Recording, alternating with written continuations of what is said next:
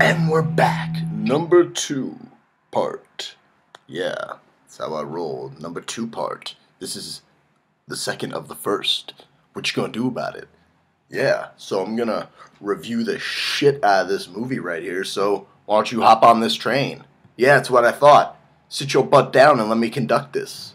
Alright, so, number 5. Well, if this didn't make your list, you suck. You're a loser. And you think too highly of yourself because this movie was awesome. I'm talking, of course, about number 5, The Dark Knight Mo freaking Rises.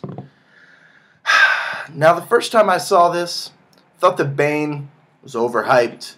I thought that not getting it. I think that this is just kind of too weird. You know, like, it's good, but this is like, meh. You saw Heath Ledger's Joker just have a different spin, and that was just me being just my own kind of dumb. And I always thought that there was some talent to it, and it was good, but after watching it again and again, I don't see anything like anyone like arguing. Like, in my opinion, there's no arguing between like for who is the best villain, because in their own right, they're all fantastic. They all do a great job, and none of them deserve to be put down.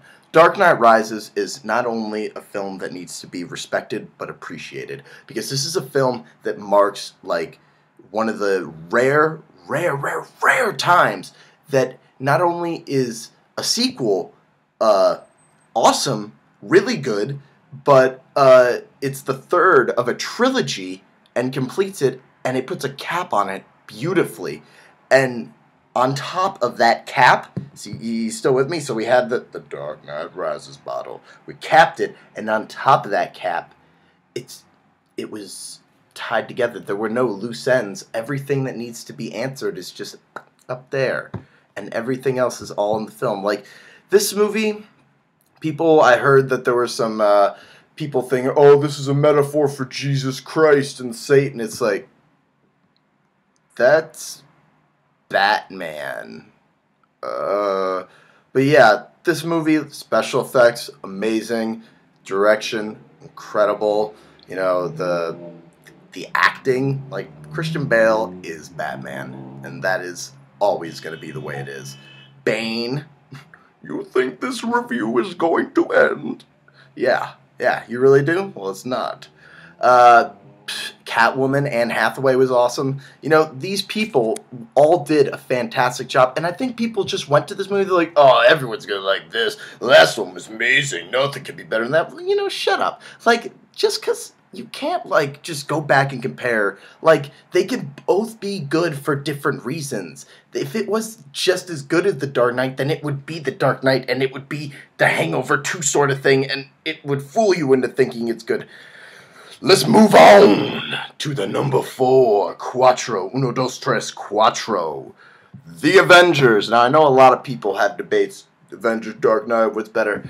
The Dark Knight, as much as I hate to say this, it's not a perfect movie per se. It's not as tight, you know, as like The Dark Knight was, like having like no loose gaps, you know, like everything just flowed like it was like a machine gun almost, watching in slow motion The Dark Knight. And Dark Knight Rises, you know, had a few bumps here and there, but The Avengers for me was like watching a symphony orchestra that you had no idea what they were going to play. You had an idea of what they were going to play, but you go in and it's everything you wanted to hear, but so much more.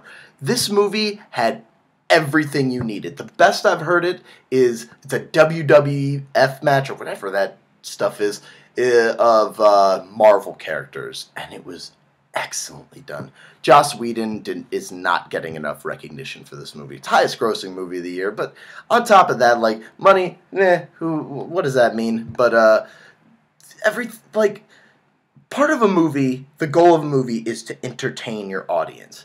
And one of the hardest things to do is to make your movie have a serious tone, but to be able to be goofy, slapsticky, and just fun. you know, but like still be within that serious tone. And this film does that. There's so many goofy moments that are just completely ridiculous in this movie, but there's still some heartfelt moments. And at the end of the day, when you watch this, you care about every one of those characters. And that's really important and needs to be noted. And goddamn, if you know, find me guilty if you can, but I can't find a problem with this movie. And I've watched a couple videos online of people like, oh, this is what's wrong with this movie. And I know that they're jokes, but like normally jokes are supposed to be, oh yeah, they're supposed to be funny. But same thing goes for Dark Knight as well. People say, oh, this is wrong. Well, you're wrong. And number 3, The Raid. I'm only going to call it The Raid because The Raid Redemption is a dumb title. The Raid. If you haven't seen this movie, what are you doing right now? Go watch it. A lot of people, you know, they're like, oh, I've seen this kung fu stuff, whatever, not so cool. Well, you know, there's something really special when you can actually just pay attention to the specifics of what people do. Oh, seeing that move. Well, you know what? It has to do with not just what they're doing, but it's where, how they're doing it, how it's shot, how it's presented. You know, there's never been a movie about people going through an apartment building, doing crazy kung fu, grabbing people by their shoulders and slamming them into broken doors. That has not been done. You need to see this movie if you haven't seen it. Number 2, The Raid. Okay, you follow me? Okay, me neither. All right, and now to the number 2, dos. Chronicle. God, this movie was awesome. So awesome. This movie came out, I believe, in January, and I'm a sucker for found footage. I love that genre. And one of the biggest things, and one thing that has really stuck with me ever since I heard it for the first time as an important thing for found footage is, if they don't have a reason to keep on the camera, then why am I supposed to care? This movie nails that one point better than any that can come to mind. That he's being abused, so the camera is a tool for safety. So we immediately, the second the movie starts, we're connecting with that main character.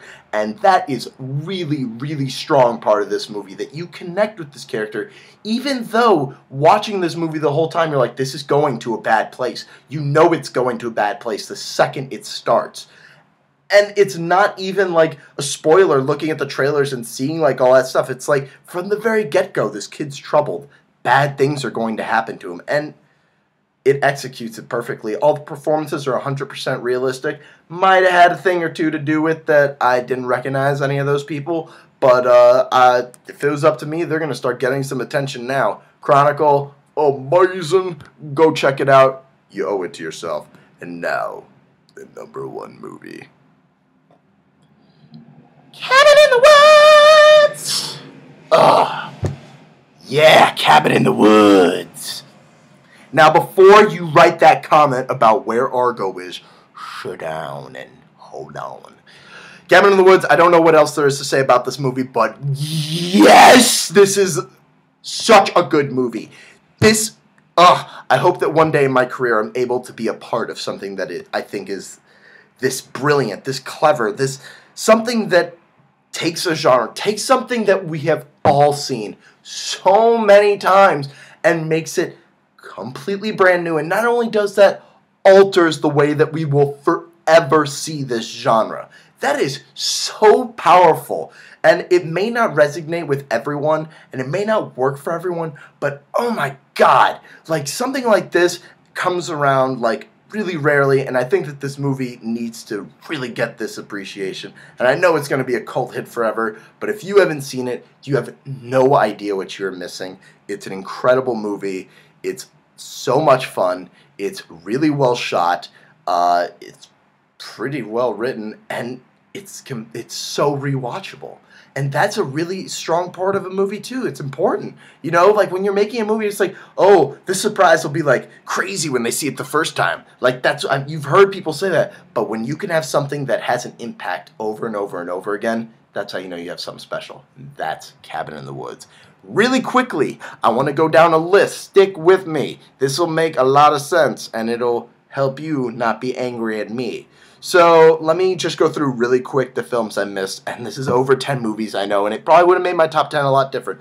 I missed Argo, Life of Pi, Cloud Atlas, Sleepless Night, Safety Not Guaranteed, John Dies at the End, Moonrise Kingdom, Lincoln, and Paranorman.